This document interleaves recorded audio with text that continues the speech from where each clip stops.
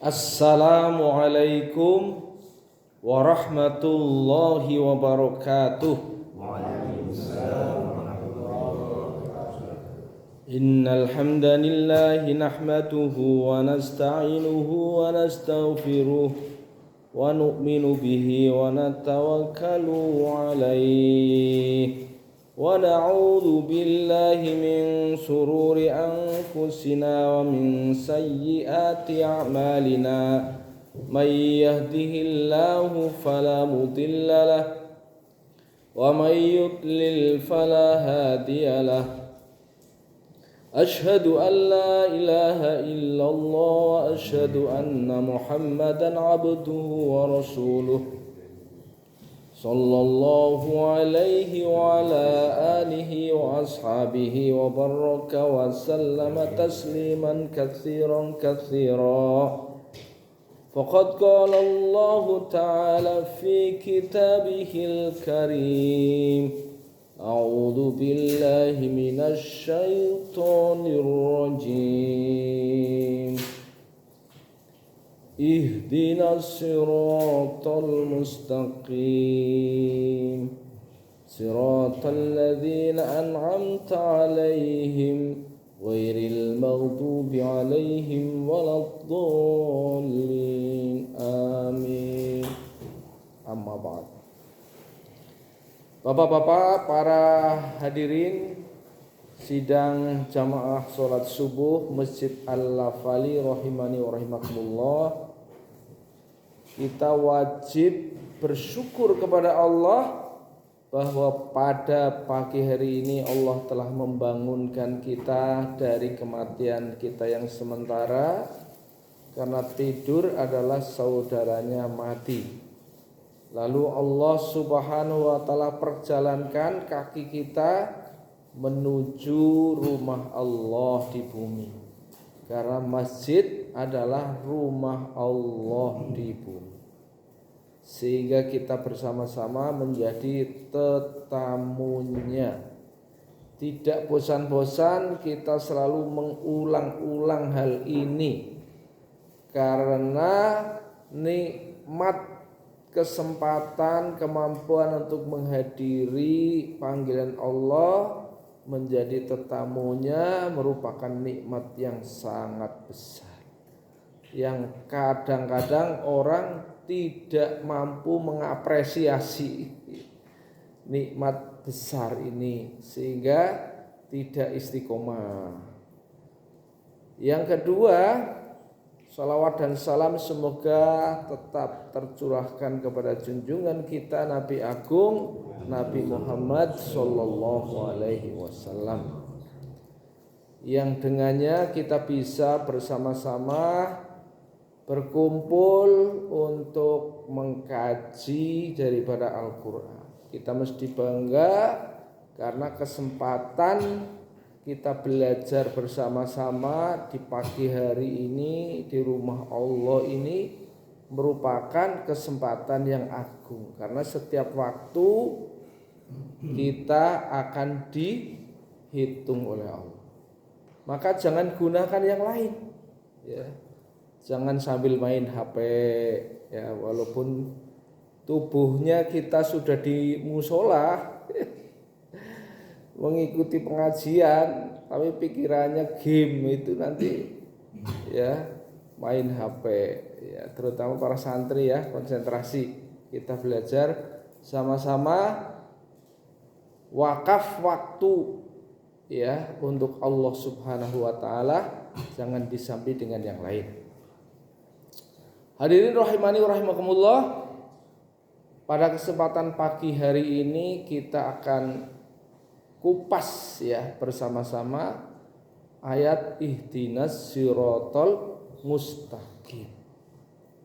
Ya Allah, bimbinglah kami ke jalan yang lurus. Jalan yang lurus itu seperti apa? Itu, ya. Kalau kita berjalan dari bumi, dari dunia ini menuju akhirat, menuju hidup yang selama-lamanya, tentu kita harus melalui suatu jalan.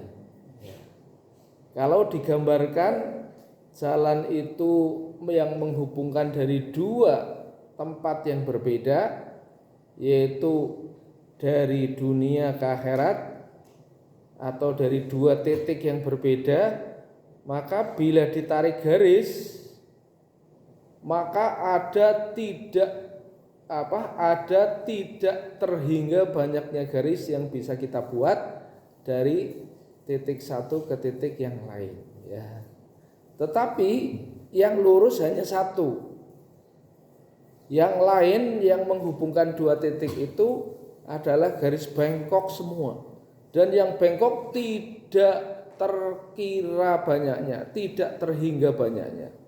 Kita bisa membuat garis, ya, lengkung, garis lengkung, semuanya lengkung, ya. Yang lurus hanya satu.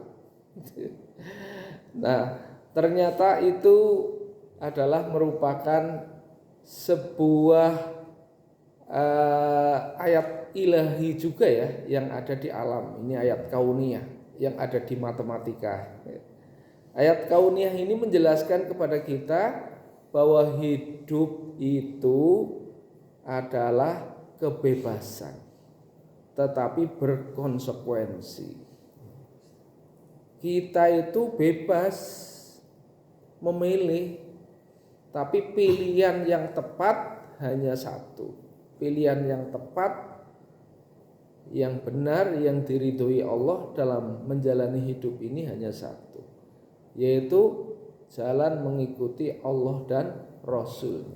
Sedangkan jalan-jalan mengikuti hawa nafsu, mengikuti cara hidup orang kafir, orang Yahudi, cara hidup orang lain, ya, mungkin juga adat, istiadat dan sebagainya, ya, tidak terbatas jumlahnya.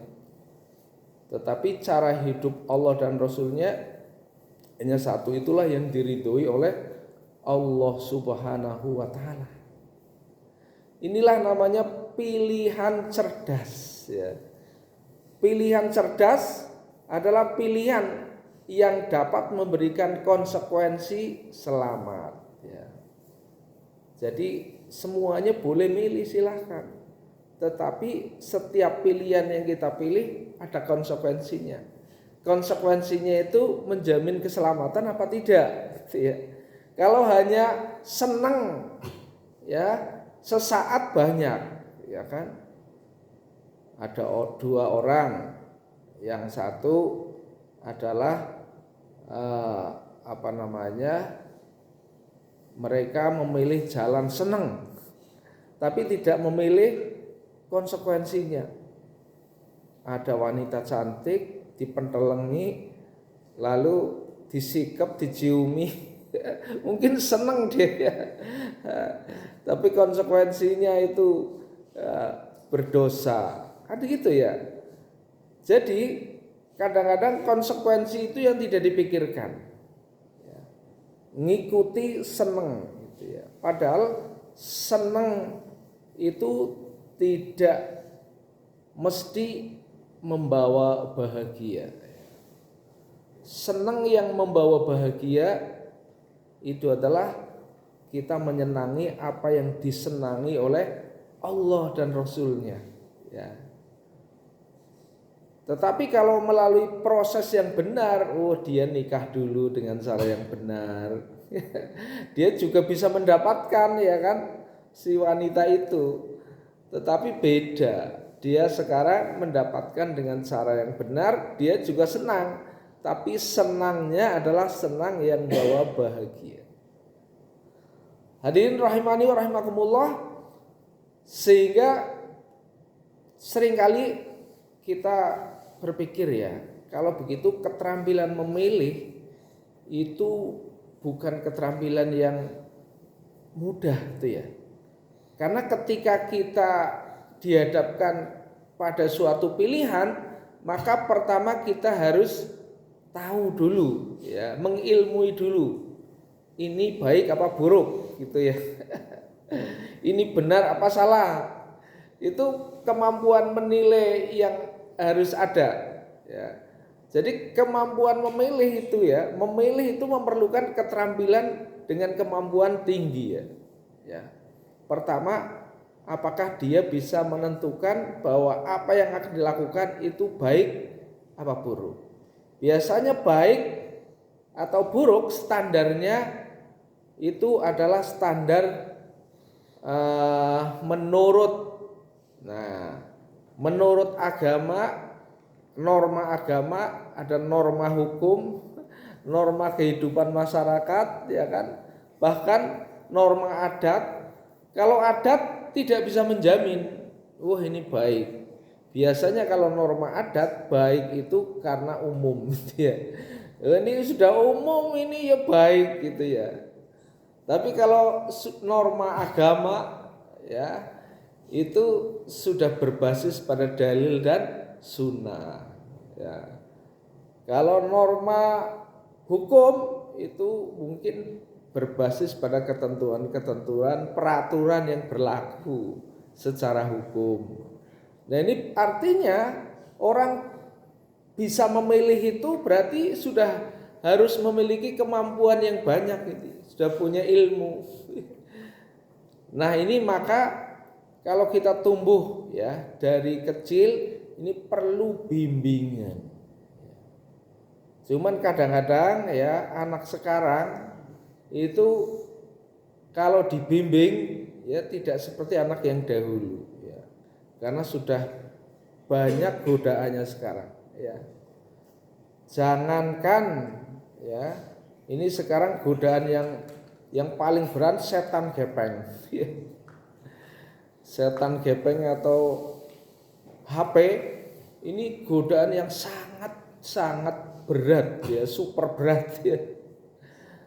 Karena dengan HP ini ada orang yang menjadi bagus ya dengan HP. Dia bisa melihat perkara yang lebih ya yang ada di HP itu jika mampu memilih ya. Tetapi kalau tidak mampu memilih maka yang dilihat itu adalah sesuatu yang kurang menurut akhlak, menurut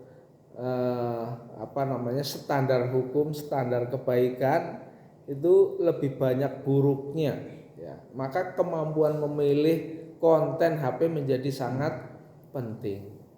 Orang kalau sudah kecanduan HP ya, itu HP bisa melebihi Tuhan ya.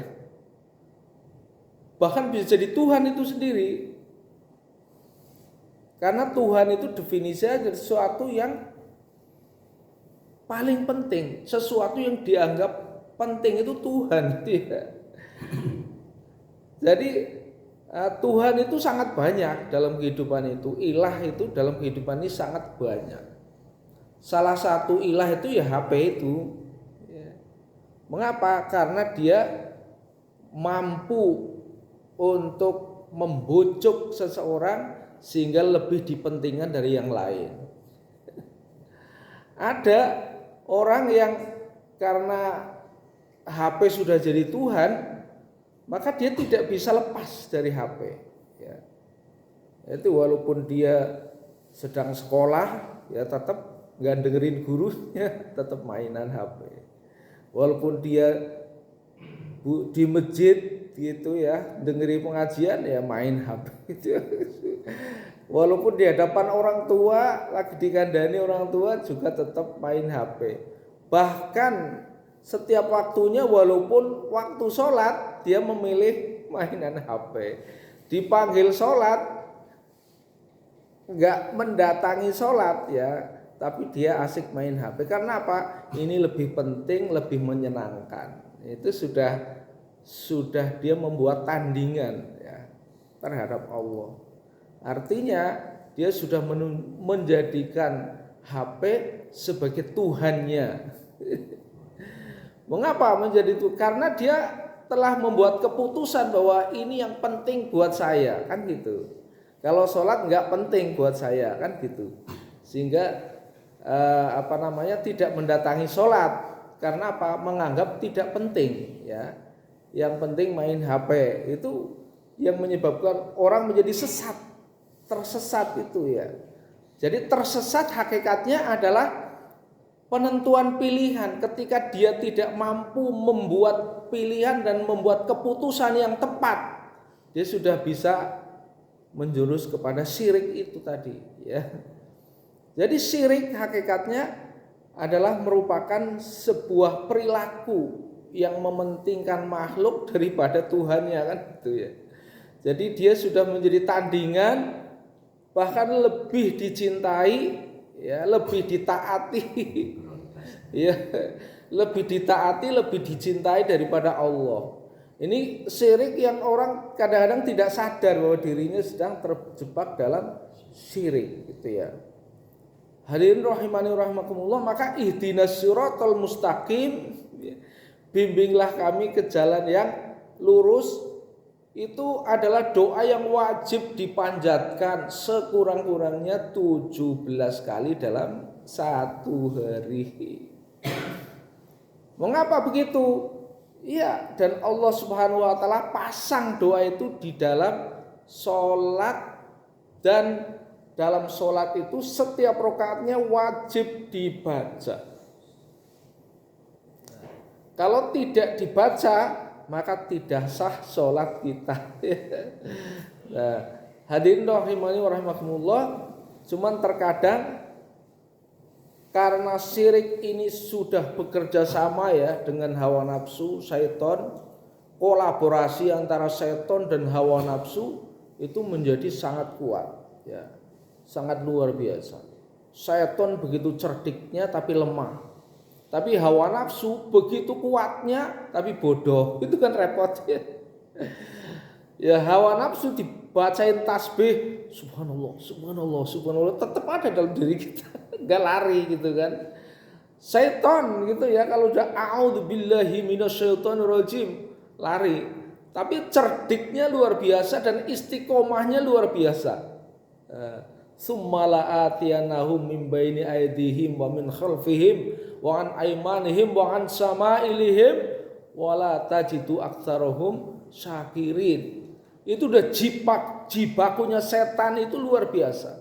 Dari kanan, kiri, depan, belakang, atas, bawah, semuanya dikuasai. Bahkan lewat peredaran darah, lewat pikiran, semuanya dipengaruhi. Setan itu jibakunya untuk menyesatkan manusia supaya manusia tidak bersyukur. Jadi kolaborasi ya antara setan dengan hawa nafsu itu memiliki kekuatan yang dahsyat. Itu lebih lagi ditambah kebiasaan buruk. Wah, itu menambah runyam lagi ya. Kebiasaan buruk itu memandang sesuatu perkara ya, haram dan halal, benar dan salah, baik dan buruk itu bukan dari hukum ya. Kebiasaan buruk akan memandang hukum dari kebiasaan. Itu ya. Jadi walaupun itu zina kan jelas merupakan keburukan ya. Kejahatan, keburukan ya. Tapi kalau dia dilakukan terus-menerus tiap hari ya, menjadi budaya, itu dia tidak akan merasa dosa, ya kan? Berzina itu menurut pandangan kebiasaan, kalau itu sudah dilakukan dengan biasa, jadi tidak merasa doa biasa kok. Meninggalkan sholat itu kan perkara yang besar, karena orang yang meninggalkan sholat ya, yang disengaja itu satu kali saja akan dimasukkan neraka sebanyak atau selama satu hukum. Satu hukum itu senilai 80 tahun. Satu hari di akhirat 1000 tahun di dunia. Jadi berapa lama harus mendekam di neraka kalau dia meninggalkan sholat dengan sengaja. Tetapi kalau dia meninggalkannya sudah menjadi kebiasaan, ya nggak merasa dosa, biasa. Nanti pas nonton bal ya nonton, sholat nanti bolong gitu kan. Jadi kalau sudah biasa meninggalkan itu nggak ada rasa takut lagi kepada Allah, dicabut rasa takutnya kepada Allah dan diberikan rasa cintanya pada jalan-jalan yang buruk, yang menyesatkan tadi. Ini hadirin rahimani wa rahimakumullah, cara setan, hawa nafsu dan kebiasaan buruk menyerang kita dengan berbagai strategi ya, berbagai pendekatan, sehingga kadang-kadang kita tergelincir tapi tidak merasa tergelincir. Naudzubillah min dzalik. Begitu juga ya dimiliki oleh makhluk lain. Jadi enggak ada dukungan ya. Jin ya, dalam surat jin dalam surat jin mengatakan ya, wa anna minnas solihuna wa minna duna dzalik ya. Dan di antara kita ada orang-orang ada jin-jin yang soleh ya. Ada juga orang yang tidak soleh. Jadi mereka itu sama seperti kehidupan kita, seperti manusia. Nah, bedanya apa? Sebenarnya kita manusia itu kan makhluk basar ya, yang kelihatan oleh mata. Sedangkan jin itu termasuk makhluk yang tidak kelihatan oleh mata. Tapi mereka diberi kesempatan yang sama. Mereka juga ada yang soleh, ya, ada juga yang jahat, gitu kan, yang menggoda kita. Bahkan terkadang godaan itu berat, ya. Ada jin yang menjanjikan sesuatu sehingga akhirnya orang terperosok bekerja sama dengan jin, ya dukun. Ya. Nanti biasanya kalau orang kerjasama dengan jin itu ada timbal baliknya. Ya, kalau dalam bahasa kita tidak ada makan siang yang gratis. Ikut bantuan jin itu ya dikasih imbalan apa kan gitu ya. Padahal itu adalah hakikatnya kita telah melakukan syirik. Begitu seterusnya. Jadi hadirin rahimani wa rahimakumullah, hidup itu pilihan, tetapi pilihan yang memerlukan kecerdasan. Kecerdasannya apa? Pertama adalah pilihan ini harus didasari oleh ilmu. Ya, ilmunya itu bukan hanya sekedar ilmu dunia, tapi yang penting dari semua itu ilmu tentang agama, ya, agar kita tahu jalan mana yang disukai oleh Allah dan jalan mana yang tidak disukai oleh Allah. Pertama itu, ya. Tapi terkadang untuk urusan ilmu agama itu tidak banyak kita dan orang-orang tua di antara kita yang mengutamakan, ya, mengutamakan pendidikan agama. Walaupun sudah dititipkan di pendidikan agama, terkadang tidak mendukung. Ini repotnya ya, orang tua tidak mendukung. Kalau di zaman dahulu itu ya, kalau di zaman dahulu, ini kita berbicara di zaman dahulu itu kalau ada anak ya itu apa namanya ditegur oleh guru itu kan demi kebaikan, mestinya orang tuanya adalah membantu mengklarifikasi, apa iya kamu gini-gini, tanya kepada yang lain juga begini gitu kan. Oh, anakku keliru. Maka orang tuanya itu melakukan sebuah cara yang baik. Mungkin pendekatan yang berbeda membantu guru supaya anaknya berubah. Tapi sekarang ya kadang-kadang orang tua juga tidak melihat ke situ, ya. Orang tua akan membantu anak walaupun salah. Ya repotnya kan gitu. Enggak, anak saya mau rajin tahajudnya, rajin sholatnya, enggak pernah itu. Ya. Jadi itu orang tua yang waton bela anak walaupun dalam Iya, kalau dulu membantu anak agar supaya dia menjadi benar gitu ya. Nah, sekarang waton membela itu ya, itu yang pertama. Yang kedua, bahwa sekarang itu seringkali ya kalau anak sudah dititipkan di pendidikan apa gitu ya, sudah tidak lagi punya andil untuk ikut memperhatikan dan membantu. Ya seolah ini anak saya sudah dipondokan. Ya. Jadi semuanya diserahkan kepada kiai itu ya. Sehingga kalau ada apa-apanya, ada kekurangannya yang disalahkan kiainya. Padahal apa yang terjadi bahwa keterlibatan orang tua jauh lebih penting ya, dengan cara bertanya, mengontrol, jangan dibiarkan terus semuanya diserahkan ya. Karena hadirin rahimani rahimakumullah, tantangan kita sekarang lebih berat ya. Karena kita bisa berzina lewat HP itu.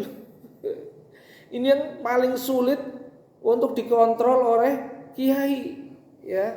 Karena apa? Karena ini berbeda dengan zaman dulu.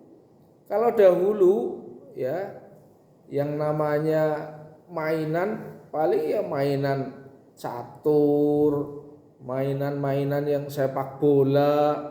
Yang sekarang sudah nggak laku lagi itu. Sekarang mainannya game, mainannya HP ya. Miskol-miskolan, bukan miskol toh apa ya? Dengan apa? HP itu kan main video itu namanya. Video call gitu kan. Video call itu, video callnya sekarang pacaran melalui video call itu. Repot sekali itu ya. Ini kontrolnya bagaimana, pintunya pada dikancing ya. Dan sudah ya udahlah, jadi udah HP-nya sudah jadi belis, sudah apa saja. Ini repot sekali ya, Tuhan ya belis ya. Sangat repot ya. Jadi orang tua udah menyerahkan total ya. Kalau ada ini yang disalahkan pondoknya, itu repot itu ya. Hadirin rahimani rahimakumullah. Jadi ini tantangan yang sangat besar, ihdinas siratal mustaqim. Jadi tantangan ihdinas siratal mustaqim itu sangat berat. Makanya siratal ladzina an'amta 'alaihim ghairil maghdubi 'alaihim waladdallin. Pertama itu tafsir yang pertama, siratal ladzina an'amta 'alaihim, yaitu jalannya orang-orang yang diberi nikmat atas mereka. Siapa?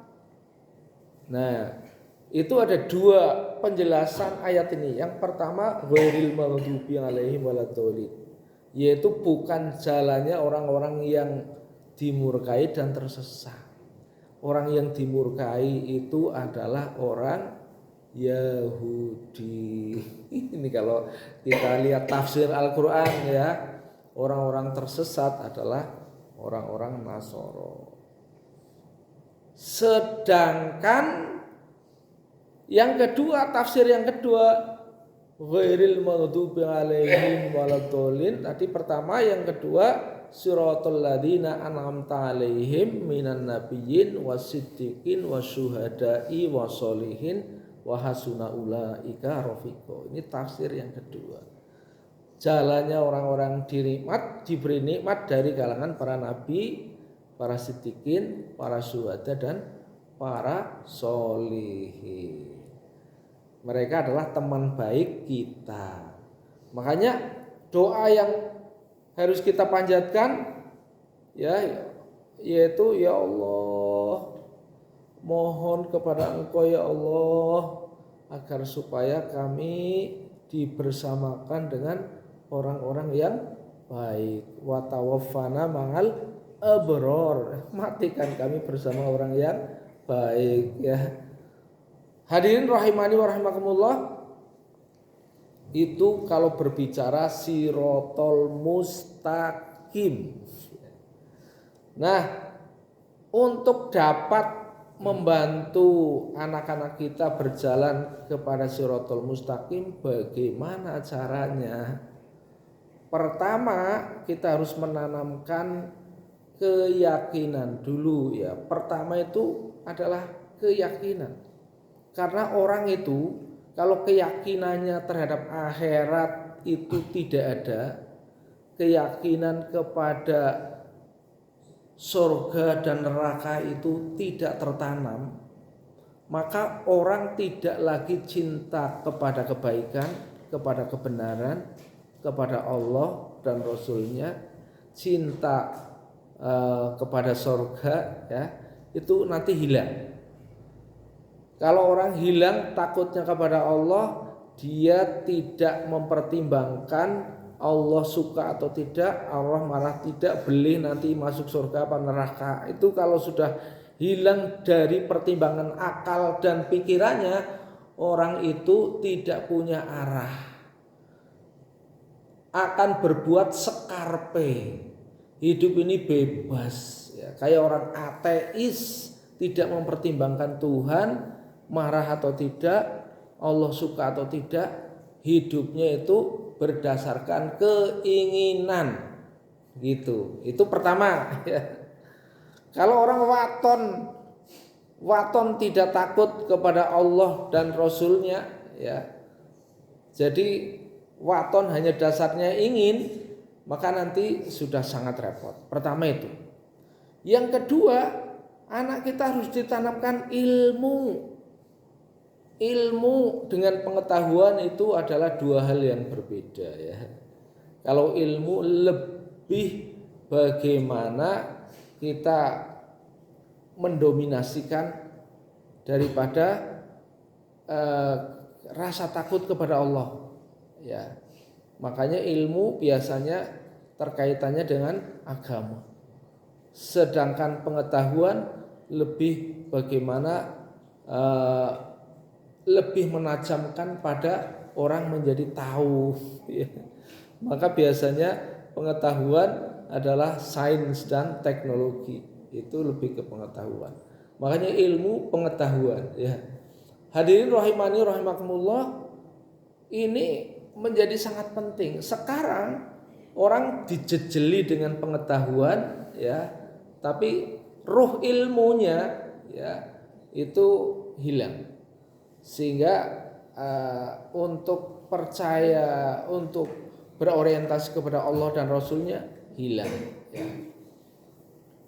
Yang ketiga, kita tanamkan kebiasaan baik, yaitu melalui praktek-praktek ibadah, praktek-praktek muamalah, muasaroh yang baik. Diberikan, diajarkan konsekuensinya, agar memilih yang tanggung jawab dan membuat keputusan yang tanggung jawab. Orang yang sudah dapat memberikan keputusan melingkar, apa itu keputusan melingkar? Keputusan yang memberikan efek baik dunia akhirat ya. Setiap keputusannya akan memberikan efek baik dunia akhirat. Maka dia akan bisa memecahkan permasalahan yang melingkar, membuat keputusan yang melingkar. Contoh misalnya gini. Saya memiliki problem. Bagaimana problem ini semuanya diarahkan ke ridho Allah dan juga memecahkan masalah manusia. Misal satu contoh, saya misalnya punya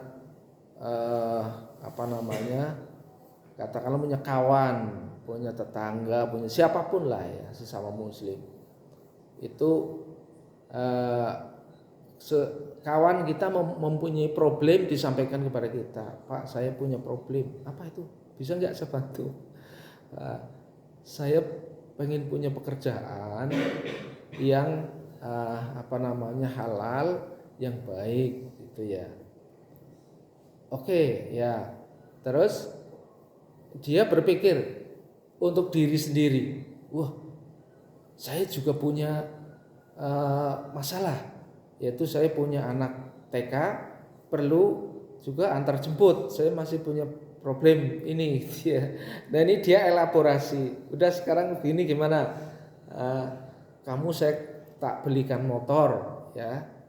Tak belikan motor buat Gojek, ya. Nanti caranya bayar, caranya nyari utang, kamu antar jemput anak saya. Tiap pagi anak saya diantar ke TK itu ya, nanti dijemput lagi. Nanti waktu selain antar jemput kamu gunakan buat Gojek gitu ya. Nanti silahkan penghasilan Gojek kamu itu semoga menjadi barokah untuk keluargamu itu ya. Dan kamu nyicilnya itu nggak usah pakai uang, nyicilnya pakai antar jemput itu nanti dihitung ya. Sekali antar sekian, jemput sekian, sehingga berapa kali antar jemput nanti sah gitu ya. Nah ini contoh, sekedar contoh keputusan yang melingkar. Keputusan yang melingkar dia akan memberikan efek dunia akhirat. Ada pertimbangan-pertimbangan baik ya bagi dirinya, bagi temannya ya, memecahkan masalah dan bisa selesai dengan baik semuanya. Nah ini keputusan yang melingkar, yang hikmah, yang bijak. Hadirin rahimani wa rahimakumullah, untuk dapat mengambil keputusan yang melingkar ini perlu renungan, perlu ilmu tadi ya. Tadi kalau sudah tadi yang 4 tadi tambah 1 tafakur. Ini renungan yang baik gitu ya. Hadirin rahimani wa rahimakumullah. Nah inilah salah satu cara yang bisa kita ambil untuk melakukan sirotol mustaqim gitu ya. Perlu tindakan yang cerdas, yang cermat ya. Hadirin rahimani wa rahimakumullah, kalau kita tidak mampu membuat keputusan melingkar maka sangat berbahaya. Tentang waktu saja ya, misalnya ada orang yang menggunakan waktu itu dunia akhirat, tapi ada orang yang menggunakan waktu seluruhnya untuk dunia. Iya nggak bener dong itu ya. Nah itulah maka perlu modal-modal dasar tadi ya. Ya gitu saya kira pagi ini semoga bermanfaat buat kita semuanya termasuk diri saya. Terima kasih atas perhatian. Mohon maaf atas segala kurangan. Billahi taufiq wal hidayah. Wassalamualaikum warahmatullahi wabarakatuh.